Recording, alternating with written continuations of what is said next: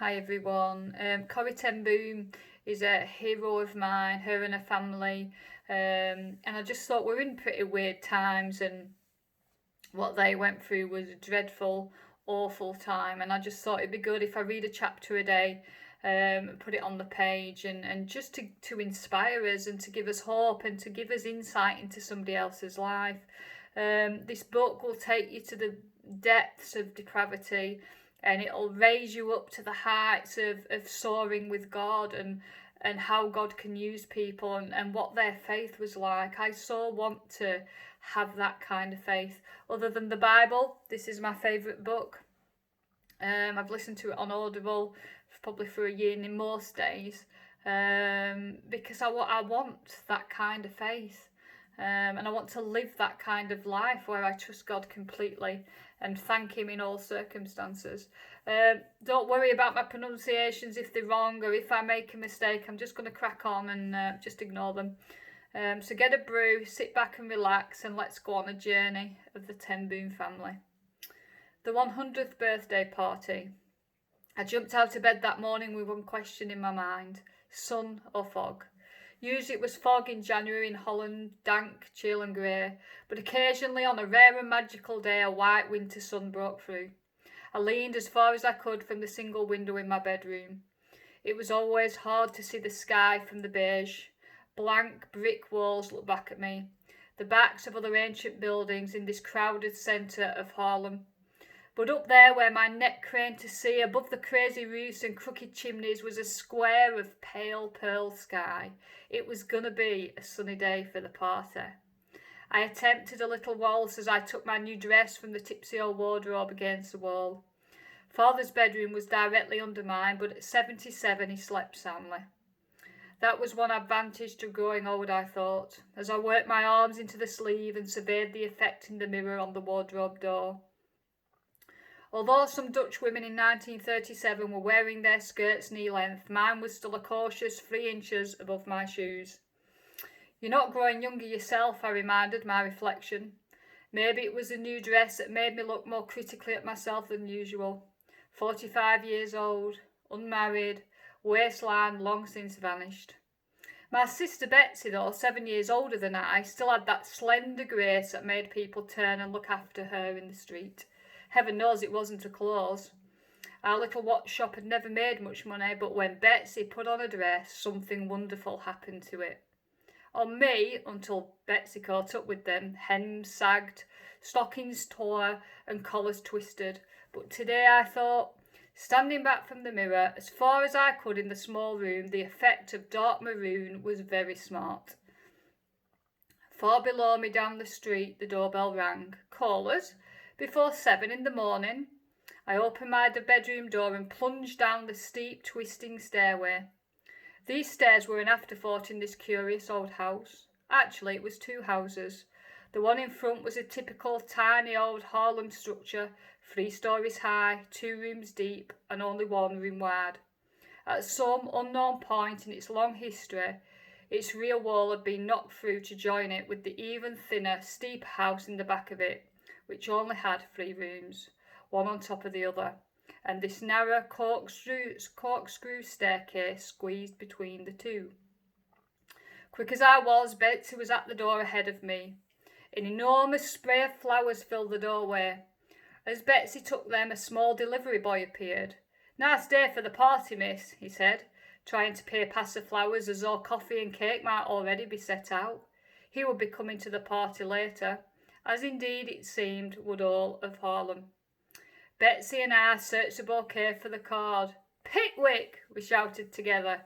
Pickwick was an enormously wealthy customer who not only bought the finest watches but often came upstairs to the family part of the house above the shop. His real name was Herman Slurring.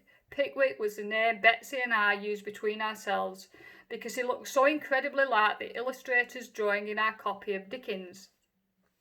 Herman Slurring was without doubt the ugliest man in Harlem. Short, immensely fat, head bold as a Holland cheese.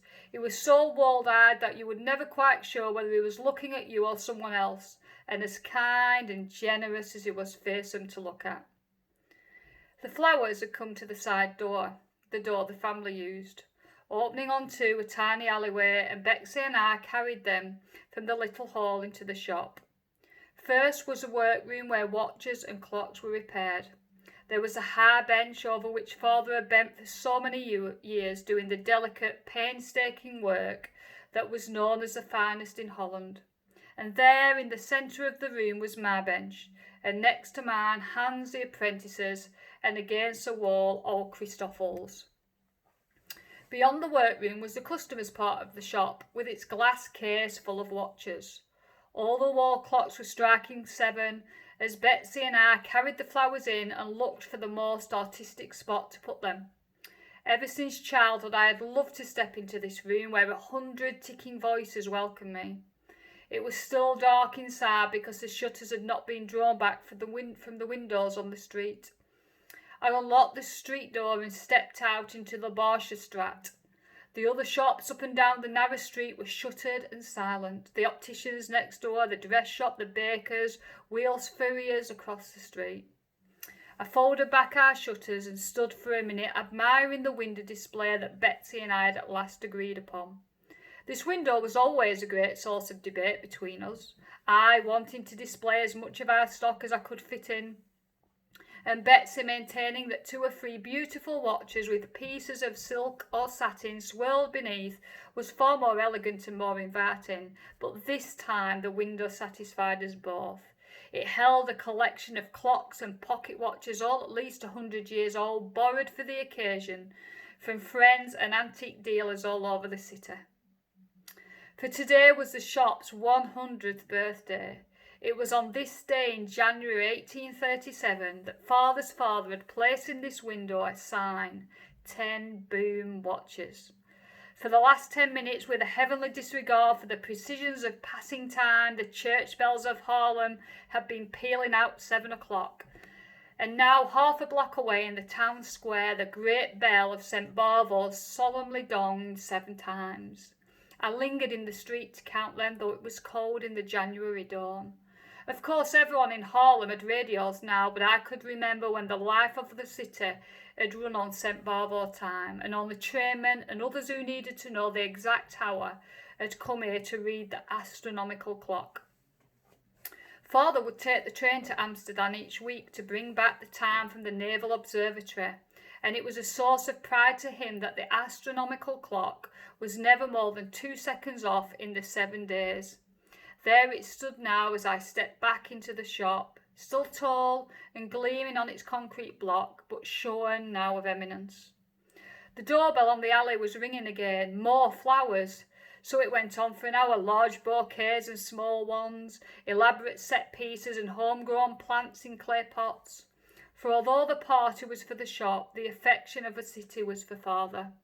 Haarlem's grand old man, they called him, and they were setting about to prove it. When the shop and the workroom would not hold another bouquet, Betsy and I started carrying them upstairs to the 2 front rooms above the shop. Though it was 20 years since her death, there was still Tantiana's rooms. Tantiana was Mother's older sister, and her presence lingered in the massive dark furniture she had left behind her. Betsy set down a pot of greenhouse-grown tulips and stepped back with a little cry of pleasure. "Corrie, just look how much brighter!" Poor Betsy, the beige was so closed in by the houses around that the window plants she started each spring never grew tall enough to bloom. At 7:45, Hans the apprentice arrived, and at 8, Toos, our sales lady bookkeeper. Toos was a sour-faced, scowling individual whose ill temper had made it impossible for her to keep a job until 10 years ago. She had come to work for Father. Father's gentle courtesy had disarmed and mellowed her, and though she would have died sooner than admit it, she loved him as fiercely as she disliked the rest of the world. We left Hans and Toos to answer the doorbell and went upstairs to get breakfast. Only 3 places at the table, I thought, as I set out the plates. The dining room was in the house at the rear, 5 steps higher than the shop, but lower than Tantiana's rooms. To me, this room with its single window looking into the alley was the heart of the home. This table with a blanket thrown over it had made me a tent or a pirate's cove when I was small. I'd done my homework here as a school child.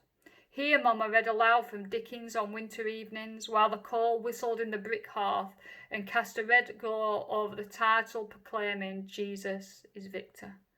We used only a corner of the table now, Father, Betsy and I, but to me the rest of the family were always there. There was Mama's chair and the three aunts' places over there. Not only Tatiana's, but Mama's other two sisters has also lived with us. Next to me had sat my other sister Nolette and Willem, the only boy in the family there besides Father. Nolette and Willem had homes of their own many years now, and Mama and the aunts were dead, but still I seemed to see them here. Of course their chairs hadn't stayed empty long.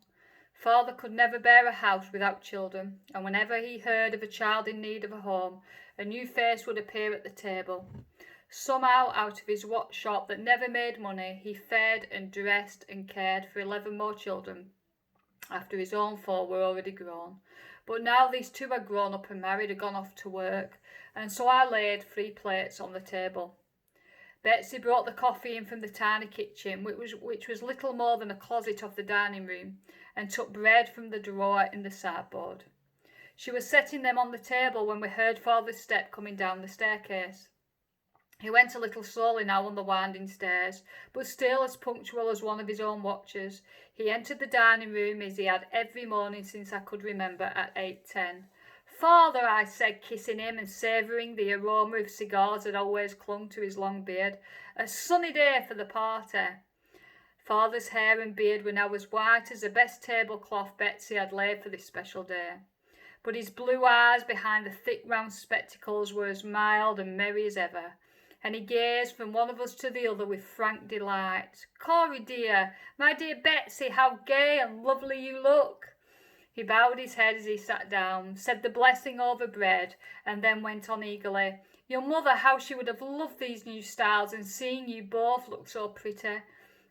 Betsy and I looked hard into our coffee to keep from laughing. These new styles were the despair of our young nieces, who were always trying to get us into brighter colours, shorter skirts and lower necklines. But conservative though we were, it was true that Mama had never had anything even as bright as my deep maroon dress or Betsy's dark blue one. In Mama's day, married women, and unmarried ones of a certain age, wore black from the chin to the ground. I had never seen Mama and the aunts in any other colour. "How Mama would have loved everything about today," Betsy said. "Remember how she loved occasions." Mama could have coffee on the stove and a cake in the oven as fast as most people could say best wishes. And since she knew almost everyone in Harlem, especially the poor, the sick and the neglected, there was almost no day in the year that was not for Sunday, as she would say with eyes shining, a very special occasion.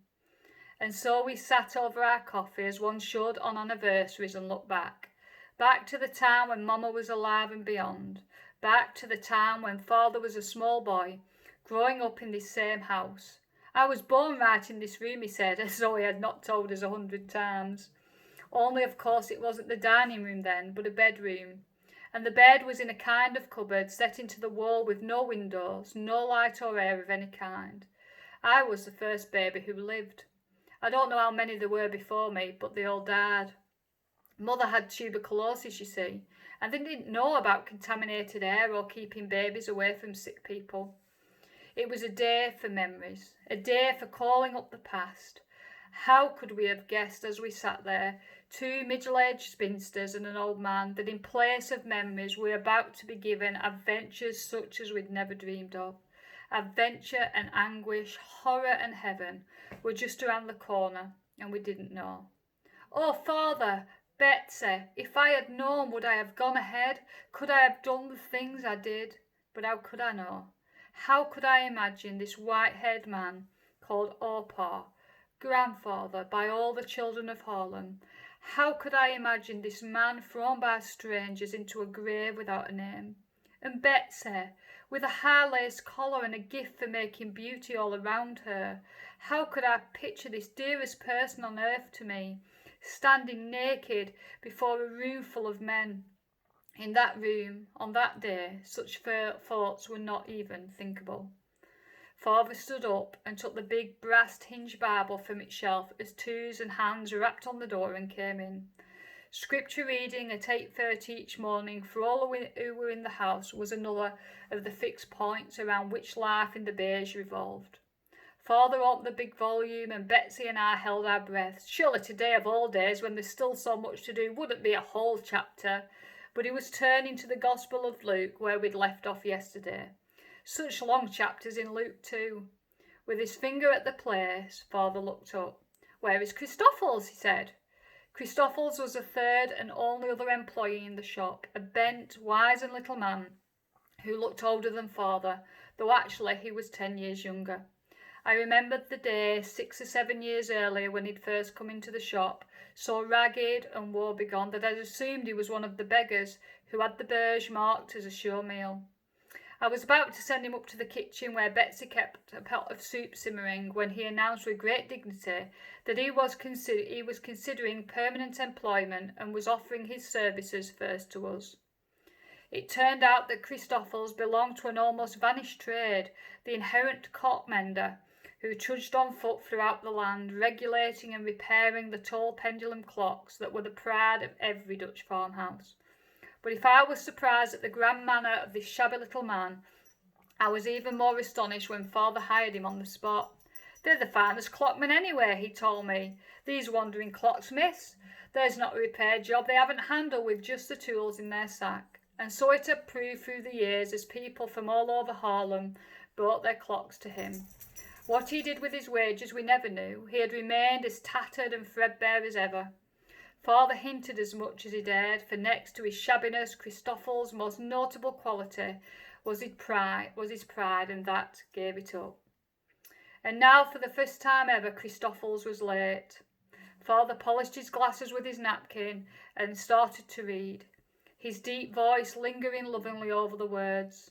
He had reached the bottom of the page when we heard Christoffels' shuffling steps on the stairs. The door opened and all of us gasped. Christoffels was resplendent in a new black suit, new checkered vest, a snowy white shirt, flowered tie and stiff starch collar. I tore my eyes from the spectacle as swiftly as I could, for Christoffels' expression forbade us to notice anything out of the ordinary. "Christoffels, my dear associate," Father murmured in his formal, old-fashioned way. "What joy to see you on this auspicious day," and hastily resumed his Bible reading.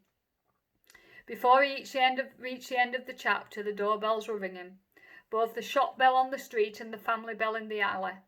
Betsy ran to make more coffee and put her torches in the oven, while Tooz and I hurried to the door. It seemed that everyone in Haarlem wanted to be the first to shake Father's hand. Before long, a steady stream of guests were winding up the narrow staircase to Tontiana's rooms, where he sat almost lost in a thicket of followers. I was helping one of the older guests up the steep stairs when Betsy seized my arm. "Corrie, we're going to need Nolly's cups right away. How can we?" "I'll go and get them." Our sister Nolly and her husband were coming that afternoon, as soon as their 6 children got home from school. I dashed down the stairs, took my coat and my bicycle from inside the alley door, and was wheeling it over the threshold when Betsy's voice reached me, soft but firm. "Corrie, your new dress!" And so I whirled back up the stairs to my room, changed into my oldest skirt, and set out over the bumpy brick streets.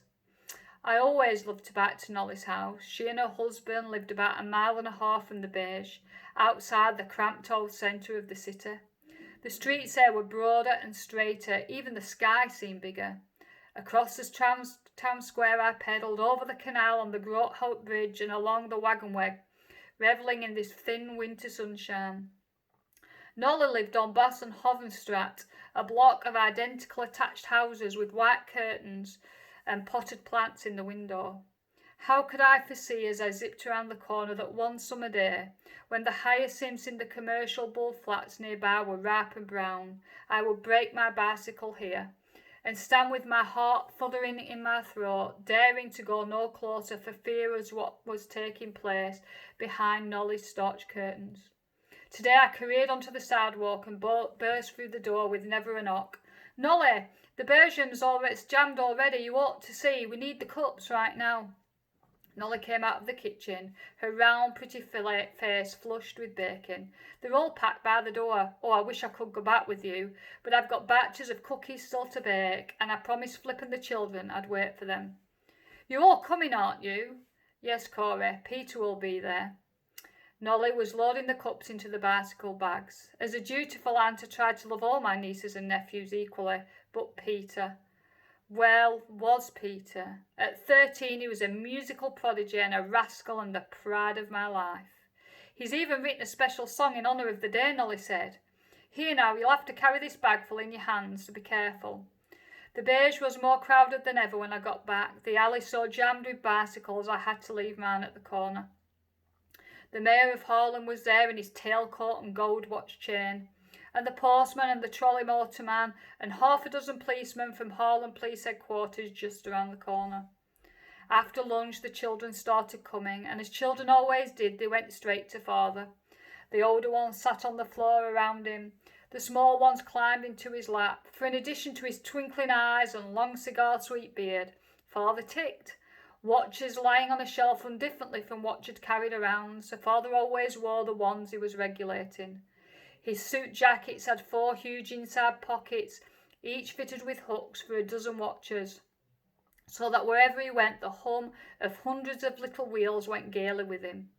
Now, with a child on each knee and 10 more crowded claws, he drew from another pocket his heavy, cross-shaped winding key, each of the 4 ends shaped for a different size clock. With a flick of his finger he made it spin, gleaming, glinting. Betsy stopped in the doorway with a tray of cakes. "He doesn't even know there's anyone else in the room," she said. I was carrying a stack of soil plates down the stairs when a little shriek below me told me that Pickwick had arrived. We used to forget, we who loved him, what a shock the first sight of him could be to a stranger. I hurried down to the door, introduced him hastily to the wife of an Amsterdam wholesaler, and got him upstairs. He sank his ponderous bulk into a chair beside father, fixed one eye on me, the other on the ceiling, and said, "5 lumps, please."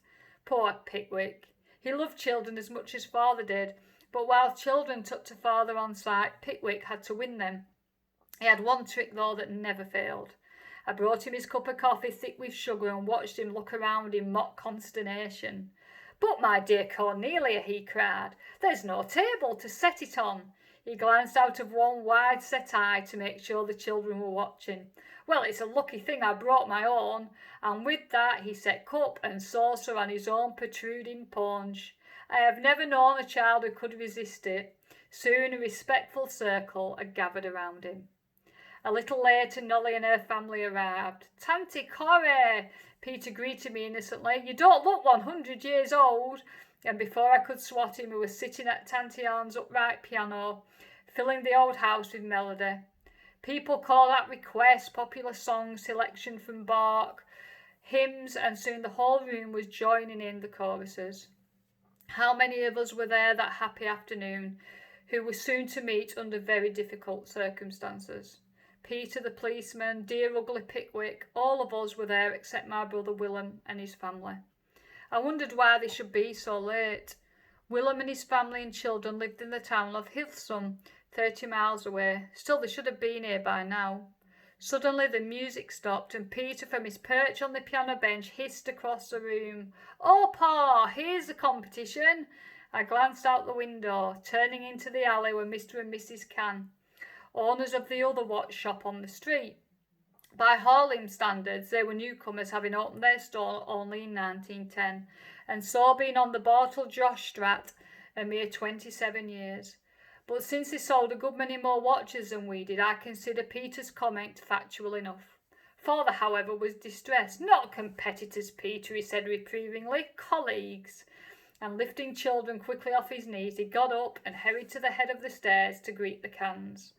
Father treated Mr. Can's frequent visits to the shop below as social calls from a cherished friend. "Can't you see what he's doing?" I would rage after Mr. Can had gone. "He's finding out how much we're charging so he can undersell us." Mr. Can's display window always featured in bold figure prices exactly 5 guilders below our own, and father's face would light up with the kind of pleased surprise as it always did on those rare occasions when he thought about the business side of watchmaking. But Corey, people will save money when they buy from him. And then he would always add, I wonder how he does it. Father was as innocent of business know-how as his father had been before him. He would work for days on a difficult repair problem and then forget to send a bill. The more rare and expensive a watch, the less he was able to think of it in terms of money. A man should pay for the privilege of working on such a watch, he would say. As for merchandising methods, for the first 80 years of the shop's history, the shutters on the streets had been closed each evening promptly at 6. It was not until I myself had come into the business 22 years ago that I had noticed the throngs of strollers crowding the narrow sidewalks each evening and had seen how the other stores kept their windows lighted and open. When I pointed this out to father, he was as delighted as though I had made a profound discovery. And if people can see the watches, it might make them want to buy one. Corrie, my dear, how very clever you are. Mr. Cam was making his way toward me now, full of cake and compliments. Guilty for the jealous thoughts I harboured, I took advantage of the crowd and made my escape downstairs. The workroom and shop were even more crowded with well-wishers than the upstairs room. Hans was passing cakes in the back room, as was Twos in the front, wearing the nearest thing to a smile that her perpetually down-drawn lips would permit. As for Christoffels, he had simply and astonishingly expanded. It was impossible to recognise that stooped and shabby little man in the glorious figure at the door, greeting newcomers with a formal welcome, followed by a relentless tour of the shop. Quite obviously it was the greatest day of his life. All through the short winter afternoon they kept coming, the people who counted themselves father's friends, young and old, poor and rich, scholarly gentlemen and illiterate servant girls. Only to father did it seem that they were all alike. That was father's secret. Not that he overlooked the differences in people, that he just didn't know they were there. And still Willem was not here. I said goodbye to some guests at the door and stood for a moment gazing up and down the Bala Strat. Although it was only 4 in the afternoon, the lights in the shops were coming on against the January dusk. I still had a great deal of little sister worship for this big brother, 5 years older than I, an ordained minister and the only Ten Boom who had ever been to college. Willem saw things I felt. He knew what was going on in the world. Oftentimes, indeed, I wished that Willem did not see quite as well, for much that he saw was frightening. A full 10 years ago, way back in 1927, Willem had written in his doctoral thesis done in Germany that a terrible evil was taking root in that land. Right at the university, he said, seeds were being planted of a contempt for human life such as the world had never seen. The few who had read his paper had laughed. Now, of course, well, people weren't laughing about Germany. Most of the good clocks came from there, and recently several firms with whom we had dealt for years were simply and mysteriously out of business. Willem believed it was part of a deliberate, large-scale move against Jews. Every one of the closed businesses was Jewish. As head of the Dutch Reformed Church's programme to reach Jews, Willem kept in touch with these things. Dear Willem, as I thought as I stepped back inside the closed door, he was about as good as a salesman of the church as father was of watches. If he'd converted a single Jew in 20 years, I hadn't heard about it. Willem didn't try to change people, just to serve them. He had scrimped and saved enough money to build a home for elderly Jews in Hilversum, for the elderly of all faiths in fact, for Willem was against any system of segregation. But in the last few months, the home had been deluged with younger arrivals, all Jews and all from Germany. Willem and his family had given up their own living quarters and were living and sleeping in a corridor. And still the frightened homeless people kept coming, and with them tales of a mounting madness. I went up to the kitchen where Nolly had just brewed a fresh pot of coffee, picked it up and continued with it upstairs to Tatiana's rooms. What does he want? I asked a group of men gathered around the cake table as I set down the pot. This man in Germany, does he want war? I knew it was poor talk for a party, but somehow thoughts of Willem always sent my mind onto hard subjects. A chill of silence fell over the table and spread swiftly around the room. What does it matter? A voice broke into it. Let the big countries fight it out. It won't affect us. That's right from a watch salesman. The Germans let us alone in the Great War. It's to their advantage to keep us neutral. Easy for you to talk, cried a man from whom we bought clock parts. Your stock comes from Switzerland, but what about us? What do I do if Germany goes to war? A war will put me out of business. At that moment Willem entered the room. Behind him came Tyne, his wife, and their 4 children. But every eye in the room had settled on the figure whose arm Willem held in his. It was a Jew in his early 30s, in typical broad-brimmed black hat and long black coat. What glued every eye to this man was his face. It had been burned. In front of his right ear dangled a grey and frizzled ringlet like the hair of a very old man. The rest of his beard was gone, leaving only a raw and gaping wound. "This is Herr Gutlebler," William announced in German. "He just arrived in Hilversum this morning. Herr Gutenberg, my father." He got out of Germany on a milk truck, Willem told us rapidly in Dutch. They stopped him on a street corner, teenage boys in Munich, and set fire to his beard. Father had risen from his chair and was eagerly shaking the newcomer's hand. I brought him a cup of coffee and a plate of Nolly's cookies. How grateful I was now for Father's insistence that his children speak German and English as well as Dutch. Herr Gutenberg sat down stiffly at the edge of a chair and fixed his eyes on the cup in his lap. I pulled up a chair beside him and talked some nonsense about the unusual January weather. And around us conversation began again, a hum of party, talking rising and falling. "Hoodlums," I heard the watch salesman say. "Young hooligans. It's the same in every country. The police will catch up with them. You'll see, Germany's a civilised country." And so the shadow fell across us that winter afternoon in 1937, but it rested lightly. Nobody dreamed that this tiny cloud would grow until it blocked out the sky. And nobody dreamed that in this darkness each of us would be called to play a role. Father and Betsy and Mr. Can and Willem. Even the funny old beige with its unmatching floor levels and ancient angles. In the evening, after the last guest had gone, I climbed the stairs to my room, thinking only of the past. On my bed lay the new maroon dress. I had forgotten to put it back on. I never did care about clothes, I thought, even when I was young. Childhood scenes rushed back at me out of the night, strangely close and urgent. Today I know that such memories are the key not to the past but to the future. I know that the experience of our lives, when we let God use them, become the mysterious and perfect preparation for the work He will give us to do.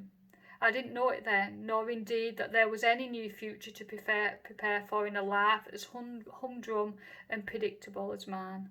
I only knew as I lay in my bed at the top of the house that certain moments from long ago stood out in focus against the blur of years.